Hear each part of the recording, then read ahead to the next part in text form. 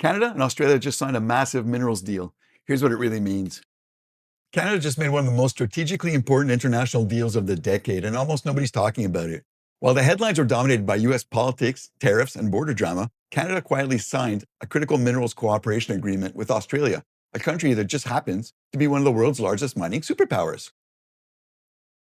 This deal has the potential to reshape global supply chains, impact Canadian jobs, and change how our country competes in a world where minerals are the new oil. I thought water was the new oil. Never mind. Let's break down exactly what happened, why Canada did it, and why this agreement matters far more than you might think. This is North of MAGA, and I'm your host, Pierre Shields. Thanks to the wonderful person who suggested this topic.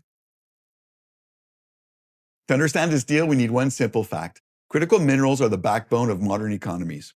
Electric vehicles, batteries, semiconductors, fighter jets, renewable energy, missile defense systems, smartphones, laptops, satellites, yada, yada, yada. Every one of these relies on minerals like lithium, nickel, copper, graphite, rare earth elements, uranium, cobalt. And here's the problem. China dominates most of the world's processing capacity. So countries like Canada and Australia, two stable democracies with enormous mineral resources, are trying to break that dependence and build secure, transparent, Western-aligned supply chains. On October 31st, 2025, Canada and Australia signed a joint declaration of intent on critical minerals collaboration. This wasn't a photo op, it was a strategic move.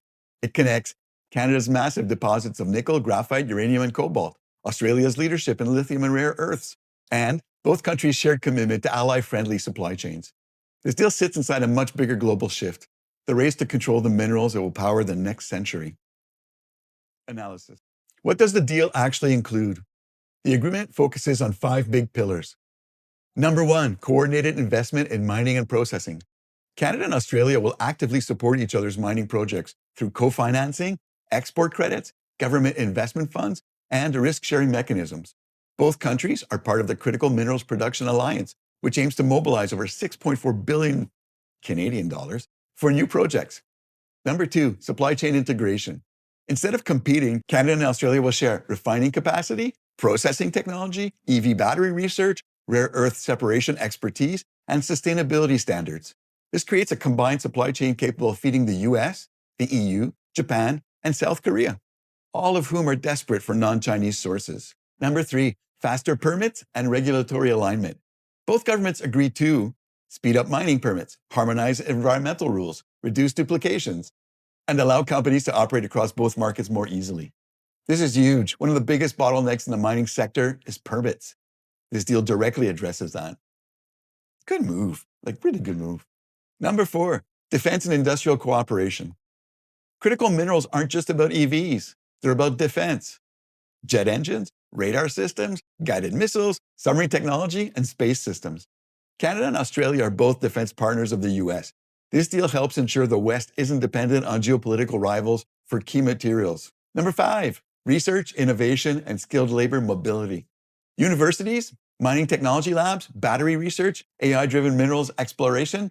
The deal encourages joint research projects, shared intellectual property, exchange of mining sector workers, and collaboration in clean tech innovation. Why Australia? Why now? Because Australia is everything Canada is trying to become. Fast-moving, pro-mining, huge lithium and rare earth resources, strong alliances with Asia, aggressive incentives to bring investments home. Canada needs a partner aligned with Western security and democratic values. Australia needs Canada's resources and its access to the North American market. This isn't a trade deal, this is a strategic alignment. So happy, we love Aussies. How does this change Canada's position globally? Well, before this deal, Canada had minerals, but limited processing. After this deal, Canada becomes part of a bicontinental supply chain spanning the Pacific. Together, Canada and Australia can compete with China, supply democratic allies, set global standards, reduce risk in manufacturing and defense, and control more steps of the mineral value chain. In simple terms, this is about economic sovereignty, the ability to control our own future without depending on geopolitical rivals. Real impact on Canadians. More jobs, especially in rural and northern communities. New mines and processing plants mean construction jobs, mining jobs, equipment and fabrication jobs, transportation and logistics, and engineering and environmental consulting. This sector pays well, often over $100,000 a year. Cheaper, more secure supply chains. These minerals go into, once again, electric vehicles, electronics, defense equipment, medical devices, and power infrastructure. Canada reducing reliance on foreign processing lowers risk and lowers long-term costs. More stability for Canadian manufacturers. If you build batteries, power grids, transformers, heavy equipment, and aerospace components, you need stable access to minerals. This deal supports Canadian industry, includes small and medium-sized businesses, not just big mining companies. Better geopolitical protection. The world is moving towards economic blocks. Friendly nations' supply chains are becoming essential.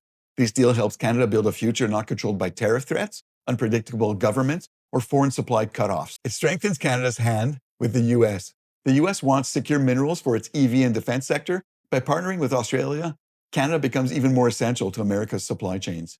This increases our leverage, economically and politically. It positions Canada for the next 50 years. Critical minerals aren't a 5-year trend. They're a 50-year foundational industry.